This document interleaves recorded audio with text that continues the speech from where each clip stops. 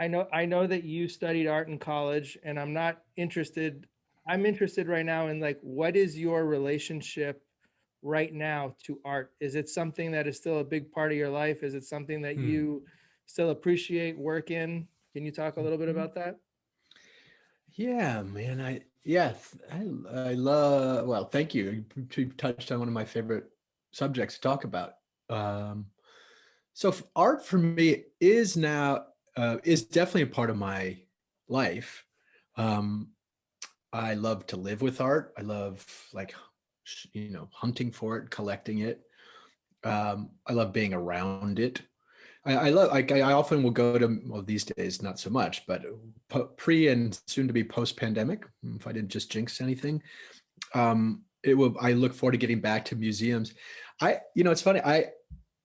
And it was this way when I studied it in college too. It's not that no single art piece is. I mean, there are certain art pieces of art that I that really speak to me and that I particularly love, but it's so much of my interest in it is sort of the idea of art. I love that art exists. I love that the human impulse to create things from our experience.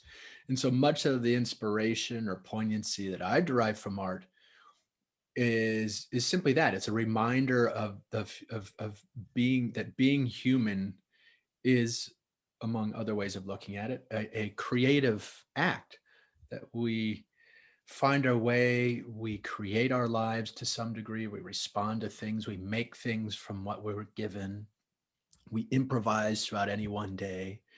That it's just a beautiful, I think the creative lens is a beautiful way to approach being alive in this world. And it makes me, it's one of the things that makes me um, very happy to be a human being. Sometimes I look at my dog or the cats I live with or other animals or trees, and sometimes I feel a little jealous of other creatures in the world. Being a human being is tricky. But the fact that art exists is one of those things that really makes me love being human and loves humanity. So yeah, there's a little whirlwind of an answer to your question, but we can go anywhere from there in more specifics. Yeah, so I is there a specific form of art that you're more drawn to, or is it just obviously I can see that you appreciate it as a Mhm. general act of creativity, but Mhm. is there some form of it that speaks to you more? Yeah. Yeah. So for traditionally for me, music has been really, if we're talking about the arts broadly, like music has throughout my life been the nearest, dearest, the most direct way in to for me. Like I studied a bunch of different musical instruments as a kid, and that certainly helped foment my interest. But like I think for a lot of us, music just speaks to us in ways that are, you know, unique, and it's immediate. There's an emotional pull. I don't have to think about music. It's fun to analyze. Like studying art history was fun to analyze things and contextualize them historically and hunt for, why did someone make it sound like this or look like this and all that stuff. I am interested in that, but that's sort of separate.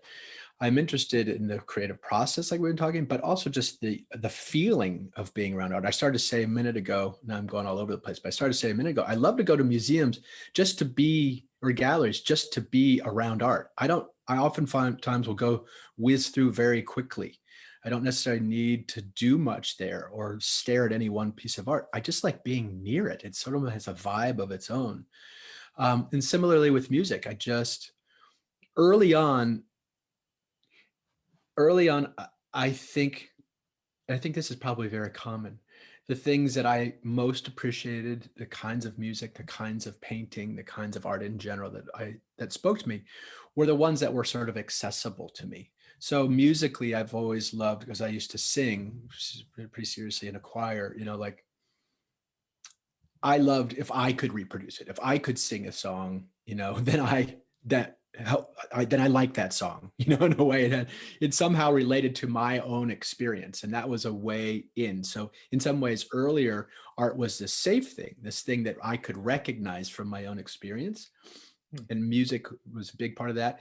And specifically music with a melody and a harmony and things that I could track. And reproduce myself.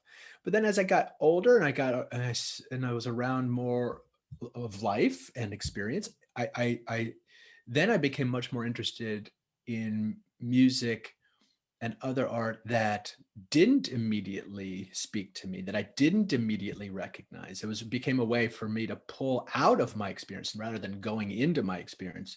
Like early on, it became a way for me to go into the experience of others, or go into places that were uncomfortable, or dissonance with music, things that actually didn't sound lovely and pretty and easy to sing, complicated rhythms and modern music, atonal music, tight, weird harmonies, early polyphony like medieval and Renaissance music.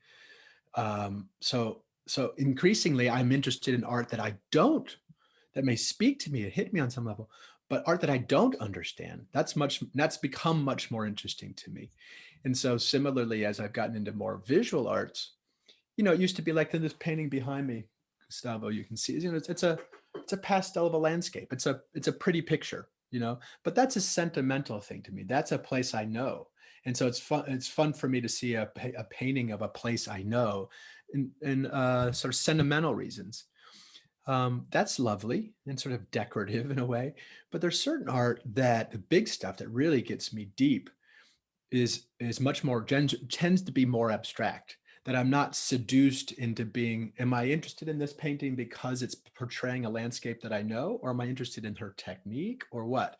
In the abstract stuff, like, you don't recognize a place. It pulls you out of your narrative. And I'm increasingly interested in that. It pulls me to places I don't know, that I don't understand. So with all that backed up, um, the older I've gotten, the more interested I am in abstraction, odd stuff, weird stuff, not recognizable to me.